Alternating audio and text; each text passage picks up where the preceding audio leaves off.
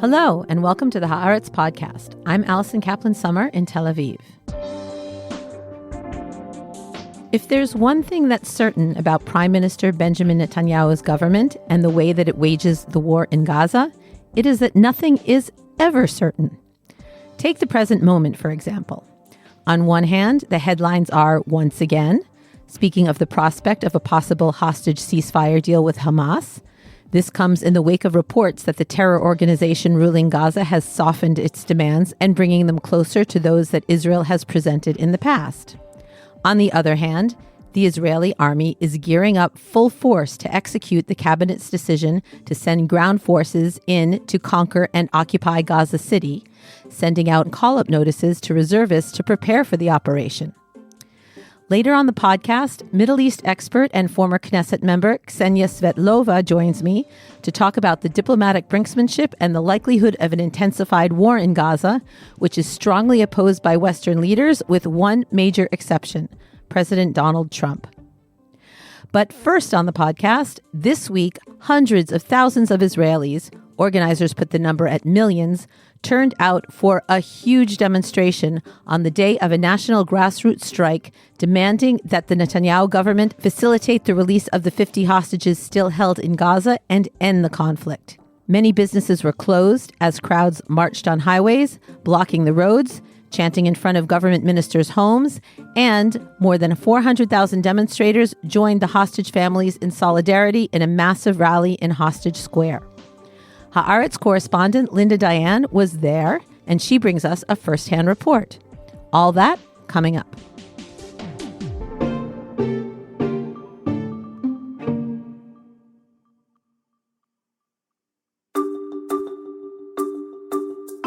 I'm Esther Solomon, Editor-in-Chief of Haaretz English. Around the world, the fight is on to preserve critical and independent media. Haaretz, Israel's oldest newspaper, upholds its long tradition of accurate, committed, and incisive journalism, refusing to bend its reporting to pressure from any government or leader. A digital subscription to Haaretz gives you up-to-the-minute news and analysis in English from journalists who live Israel's reality and are committed to covering the Middle East and its global repercussions. At the same time, your subscription supports the cause of a free press that holds the powerful to account in Israel and around the world. I invite you to become a subscriber to Haaretz now. Just go to Haaretz.com and use the code Haaretz10, that's Haaretz with the number 10, for 10% off an annual subscription.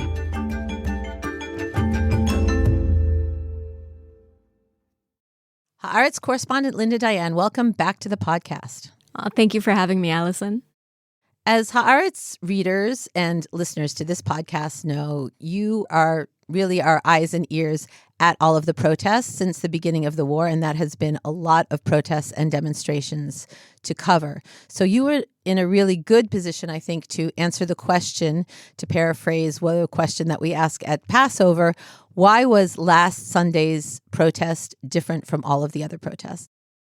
I think the best answer to that is the scale of it.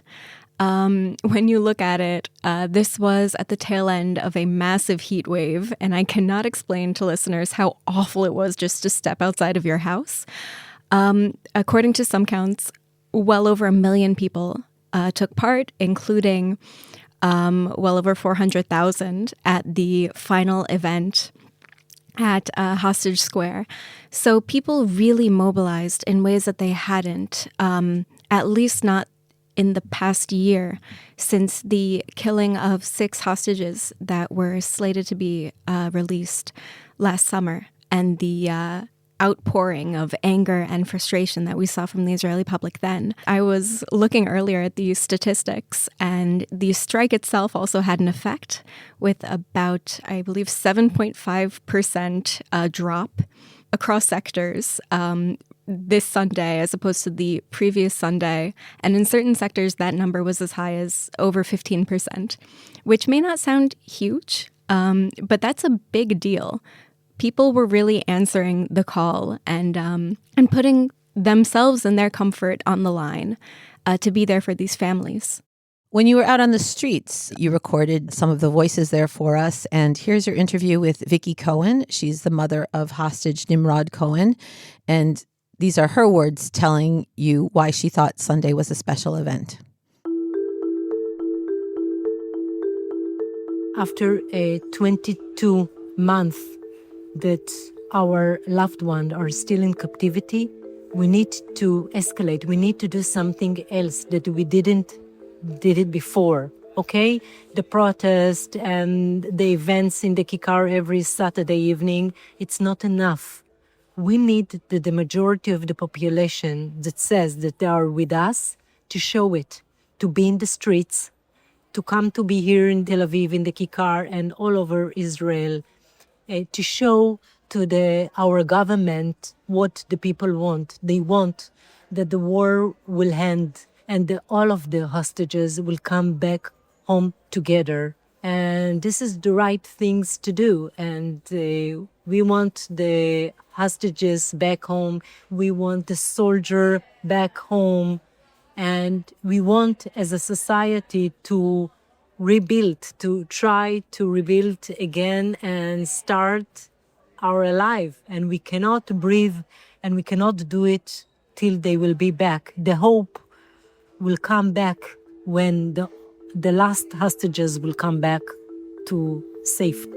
Most Israelis can't even imagine what it's like to be in one of these families. You've been watching and listening them throughout the past near 2 years. How are they feeling now? Do they dare hold out any hope for their loved ones in captivity, those who are known to be alive? Will they not believe anything anymore? How do they find the strength to get out there and continue to protest? From the people who I've been hearing, it really seems that hope is the last thing that they have.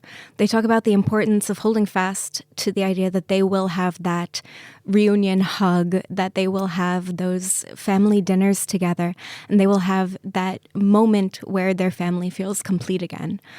I can't speak for the families in general, and I can't speak for all of the families, but some have turned to a sort of anger.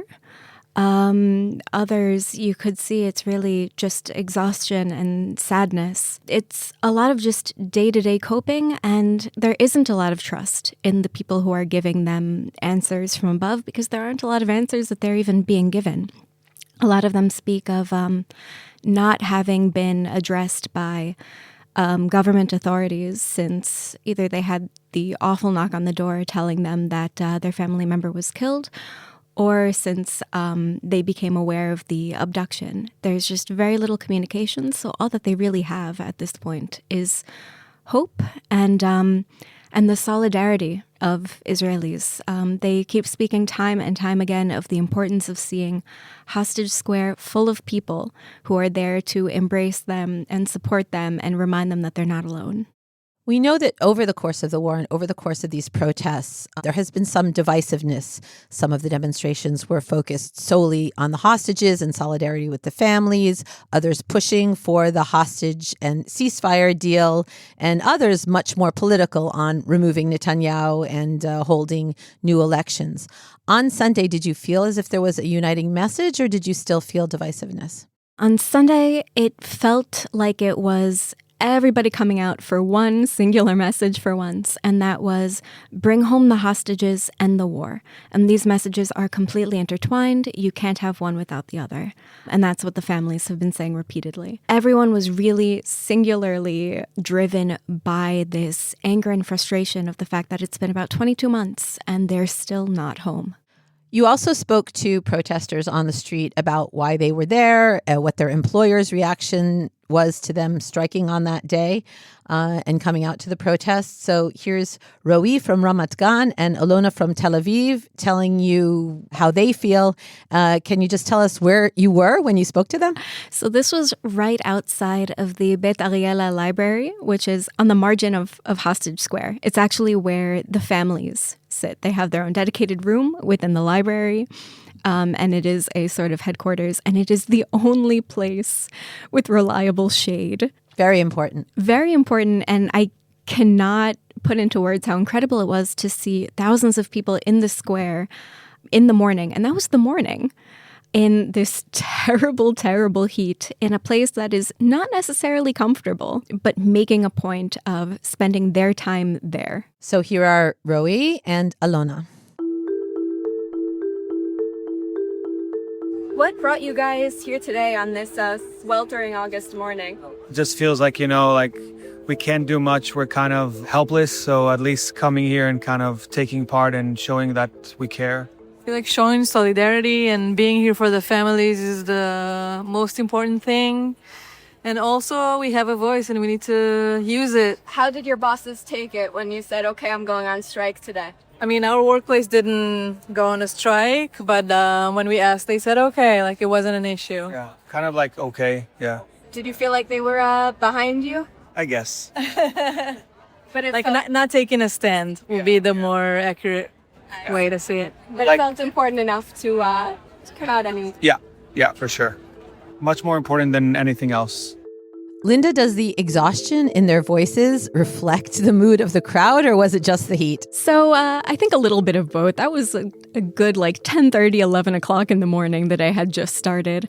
And everybody was already deeply lethargic from just being in the sun and not having easy access to shade or air conditioning. But something that we heard pretty regularly, and this was also spoken by the father of the hostage Eitan Horn and the captivity survivor Yair Horn, was, if it's hot for us now, imagine what it's like for them in the tunnels of Gaza, without air, without food, without water. And I think that idea kind of breathed a second, third, fourth, fifth, and sixth wind into the people who were taking to the streets.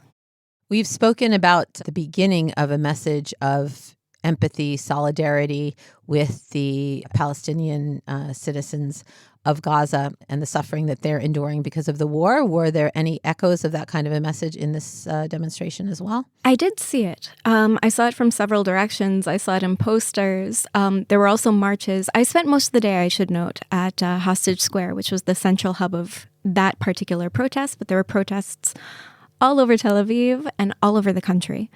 And a few marches also crossed the square, including ones by activist groups that were more dedicated to ending the war full stop and other general ceasefire protests. And you did hear it, but this particular protest, I think, was more focused on, these are our family. These are people that if we don't know them personally, the country is so small, it's so hard not to have a mutual friend or mutual family member of someone who is in captivity, or to not know somebody who was killed on October 7th. So it was also a moment for holding that particular trauma and for putting a voice to it. Was the specter of this announced new incursion into Gaza City felt or referenced? Absolutely. Many times, especially by the parents and family members of hostages. When I spoke to Dani El-Garat, who's the brother of Itzik El-Garat, who was killed in captivity, he said Israel is choosing to kill the hostages. There's a lot of anger, a lot of frustration, a lot of, I don't want to call it necessarily despair, but you can feel how heavy this is and how much everyone knows that this is, as many say, a death sentence for the living hostages and a way to ensure that the remains of the dead hostages are not recovered. It felt like the event, the protest, the strike was a success, especially in terms of the international news coverage that it got, sending the world the message that the country is not completely behind Prime Minister Benjamin Netanyahu's policies when it comes to what's happening in Gaza. On the other hand, the protests don't seem to have affected Netanyahu at all, and he seems set on demonizing the protesters and even the hostage families as being hostile and, a rogue element who's harming the country and, hinting that they're somehow allied with Israel's enemies. What was the assessment of the protest leaders and hostage families? Did they feel it was successful? From the sense that I got, they felt it was successful in that it really showed that no matter what the leadership says, the people are behind them.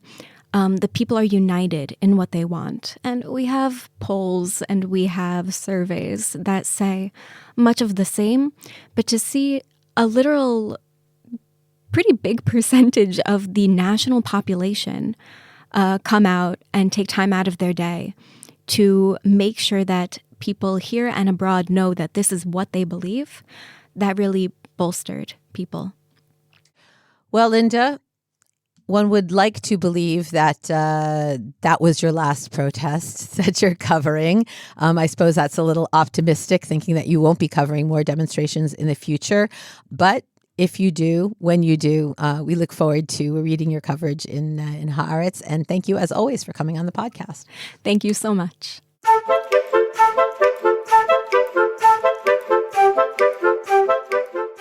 Coming up next, I speak to former of Knesset Ksenia Svetlova on the intensification of the Gaza war and the remote possibility of a ceasefire deal and hostage release.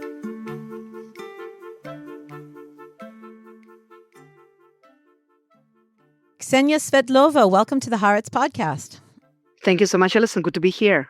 Ksenia, we stand at a very confusing point in time. The Netanyahu government seems to be playing some sort of diplomatic brinksmanship. We're hearing background briefings and spin from the Prime Minister's office and from the Egyptians and Qataris regarding a softening in Hamas's position, a narrowing of the gap between their demands and Israel regarding a hostage ceasefire deal. And at the same time, Israel is forging ahead with the decision to conquer Gaza City. We had the news today that 130,000 call-up notices are being sent to reservists ahead of going in on the ground. So are we living the definition of crazy, once more thinking that increased military pressure is going to bring either a decisive victory or be successful in pressuring Hamas to come to the negotiating table? Well, I think that, from the very beginning, it was very clear that the military pressure will not going to bring hostages. I think we learned that very early on. Already by November, December, we understood that only the deal can bring the hostages. But what the incursion to Gaza City can actually do for the Prime Minister is another image of his decisive move en route to destroy the Hamas, to destroy the last stronghold. And the strongholds, they change all the time. It used to be Rafah. Rafah used to be the stronghold that we need to take, for Hamas to be destroyed completely. And today it's obviously it's Gaza City again, because Israel was already in Gaza City. But I don't think at the same time that there is already a full decision that was taken on that to go along with this plan in fullest version. What I mean is that, the operation can start, but it can also be halted. It can also be frozen at some point. And there is still a ongoing debate, because I think also Netanyahu understands the consequences, also on the humanitarian side of things. And therefore, I think that they did decide to send troops and to show Hamas and the world that, Israel is that serious. And it will also do good for Netanyahu's base and Ben Gvir's, Smotrich's probably, but at the same time to leave some room for some negotiation on how it will end eventually. It will be the full military operation, because, there can be many different forms of what can be done in Gaza City. Do we feel like Netanyahu is just playing for time when he flip-flops between favoring a partial hostage ceasefire deal or a full deal for all of the hostages? Do you think he's seriously considering one of these options? Or again, is he just sort of playing for time and humoring Israelis and the world in thinking that this is something that's really going to happen while he plans his military strategy? Well, it seems that there is no real pressure on behalf of the White House on him to move along with any of the deals. I think he's consistent in what he does. I mean, he refuses to any kind of deal that will end in halting the war in Gaza. The war needs to continue. And this is kind of an authoritarian classic playbook. You can see it also in Putin's Russia. And basically, if you go back to the classics, George Orwell, Okeania was always in war with Ostasia. Okay, so in this kind of thought, the war needs to continue. So any kind of deal that will have to do with something like this in 60 days or in 90 days, but it will utter the words "the end of war" is not good enough for him. So therefore, if he can get a partial deal without ending the war, he will go for that. I don't think that he minds that. But any kind of deal, partial deal that will have to include this very important part of negotiating the end of the war, or a full deal that will include all of the hostages, but will mean, the immediate end of war. This is something that he is not interested in. I think that he doesn't even hide this. The objectives of the military operation, as he stated them, were not achieved. They are not unachievable, basically. Yes, they are not. You cannot actually eradicate Hamas only by military means, and he knows it very well. But everything is good enough to continue with this game of chicken. And obviously, for now, there is no one in the world that can play in this same level with him, because all of the pressure that we see from the European countries and from the international community, from the Israeli society, it's not doing the trick. So there is just one person that seems to have the cards. It's Donald Trump. Donald Trump is now otherwise busy with, Russia and Ukraine, China, his domestic affairs, and he's not focused on any of that. So therefore, Netanyahu can afford to just play it along. And, surviving another day, it's good enough of a goal for him. Ksenia, your formal expertise is in the Middle East, but you're from the former Soviet Union and are a veteran and expert Putin watcher. And you've written in Haaretz about President Trump's attempt to resolve the Ukraine war. What's your assessment of the Alaska summit and Zelensky's visit to the White House? And I'm particularly interested in hearing if you see any similarities or major differences between how President Trump and his envoy, Steve Witkoff, are handling Gaza and how they're handling Ukraine. Well, actually, as a matter of fact, yes, there are similarities, because I think that there was hype over optimism in regards to both of these wars and the ability of Trump's emissaries, Witkoff and others, to achieve a realistic deal in a short period of time. We heard from Witkoff time and again about Gaza that the deal is really close, it's coming up, and of course the hopes of the families of hostages were very high. And then they were brought down to earth, unfortunately. But the same, we also heard in regards to Ukraine. We had multiple declarations on behalf of Trump about the upcoming deal. And, he thought that it's already, perhaps he could pronounce something in Alaska, perhaps over-relying on what Witkoff thought that he achieved in his visit to Moscow. Apparently, the summit was not as bad to Ukrainians and to Zelensky as it could be. The worst case scenarios did not materialize, at least so far, because the summit for now achieved nothing. So you have some kind of propositions on the table. Most of them, those are coming from Russia, unacceptable not only for the Ukrainians, but also for Europeans who were a part of this delegation that accompanied him to the White House. It's unclear how Trump will try to push the things along right now, but it's very clear that the most powerful man on earth today was unable to secure any kind of deal. He did not impose any ceasefire on Putin, and I think in this regard, Putin got the upper hand. Ksenia, beyond Trump and the United States, there is the rest of the world and the rest of the Western world. Israel is moving more rapidly than any of us could have imagined into pariah status, similar to the way that South Africa was viewed in previous decades. How dangerous is it to Israel? Well, I think that it's the most threatening scenario that you can imagine, Elson. So I think that Israel, being a small country, a country that flourishes only because of the web of its ties to Western countries in everything, starting from trade, but also including, of course, scientific developments and research and so on, cooperations in all of these fields, culture, you name it. Israel is not an island. It perhaps think that it is, but it was, of course, interconnected with the West, and now we already feel the heat. I hear it from my colleagues in universities. It's more difficult. It's becoming more difficult in the recent years, but now I think they've reached the peak to get grants to achieve some kind of high-level academic cooperation. Look at Russia. Russia, partly voluntarily, basically turned itself into pariah state. And of course, after the full invasion to Ukraine, many countries decided to block it completely and They blocked also scientific cooperation and trade and everything. And Russia is lagging behind. I mean, not 1 year or 2 years. It's decades in everything that has to do with AI, cyber, science. You just name it.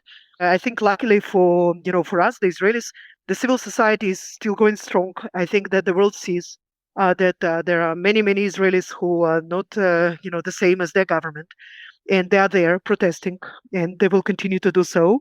As long as we have that, there is still hope. I think that only a crackdown on civil society, in a way that it happened in Russia, by the way, will indeed deem Israel to be the same as Russia, and will impose on it this very unwanted and frankly horrifying status of a pariah. Should the prospect of this move by the Western nations, France, Great Britain, Canada, Australia, to recognize a Palestinian state at the United Nations bother those of us who do support a two-state solution? You're in the peacemaking business, so I would imagine you're in a good position to comment on that. Well, I think that everybody who supports a Palestinian state should, of course, welcome, this wave of recognitions, even if it's coming a little bit too late. And most importantly, it's coming without strings attached, without a plan. So many states already recognize the Palestinian state, but the conflict is not solved, and the state doesn't exist. So when countries such as Great Britain and France and Canada lay all of their weight on these recognitions, what do they actually mean? So I'm a little bit worried that this powerful tool that was supposed to be used only in indeed extreme times, but also to come with a detailed plan of what will happen next then. Because for now, with the current Israeli government and the turmoil that still exists in the PA and the war in Gaza, it's unimaginable to realize that, okay, so after the recognition, what will change? If nothing will change, I think it can be actually a deadly blow to any prospect of a Palestinian state. So therefore, I encourage people in this government, think well, not only about how you're going to vote, but think about how you're going to promote, a viable, prosperous Palestinian state that will be in peace with the state of Israel, and both of them will be integrated in the wider Middle East. This is what in organization that I lead, ROPES, this is what we are trying to preach for. This is what we're trying to promote. Because if you don't have this background, if you don't have this working and operational plan of how you're going to promote this goal, so you will just lose. You will lose this tool for the future. You will not be able to, obviously use it again. And then what you will do next. Ksenia, maybe I'm desperate for a little bit of good news, but we do know that Syrian Foreign Minister Assad al-Shabani has been meeting an Israeli delegation headed by Strategic Affairs Minister Ron Dermer in Paris this week to discuss stability in the region, southern Syria. Are you encouraged by this move, particularly that the Syrians made such a meeting public? Do you think that this is another step on the path towards possible peace and normalization with Syria, or is the obstacle of the fate of the Golan Heights too problematic to even consider such a thing? I don't think that the Golan Heights is the file that they are discussing right now. It's not something that can be solved at this given moment. But in any case, I'm encouraged by the mere fact that there are talks and not another war that is raging right now on our northern border. Because it seems that the Israeli government became infatuated with this idea that it can get anything by the use of power. And therefore, when we saw the bombings of the presidential palace, next to the presidential palace in Damascus, I was seriously worried because, what's your plan? What do you want to do? What do you want to achieve by that? If you want to eliminate, one person, another person, there might be some justification for that. But what is it that you are trying to achieve by this move? So I think that going back to talks is actually providing a good chance to some kind of solution, first of all, in southern Syria, yes, for the Jewish communities there, but not only, also for everybody else who lives there. I believe that Syria right now is very fragile. You have to be extra careful with any kind of statements, with any kind of, like photos. And it's for now, it's a good question of, what will happen next. But for now, in any given day, I prefer talks to gunfire. That's very clear. Well, on that note, it's a good message. Talk's not gunfire. Ksenia Svetlova, thank you so much for coming on the podcast. Thank you so much. And that's it for this episode of the Haaretz Podcast. Thanks to my guests, Linda Diana and Ksenia Svetlova, and to producer and editor Nara Malkin. If you'd like to continue to listen to our podcast and make sure you don't miss an episode, please subscribe to us on Apple, Spotify, or wherever you get your podcasts. And please leave us a 5-star rating so more people can find us. And to keep up with all the latest news on Israel, the Middle East, and the Jewish world, don't forget to subscribe and follow Haaretz.com. I'm Alison Kaplan-Summer, and until next time, shalom from Tel Aviv.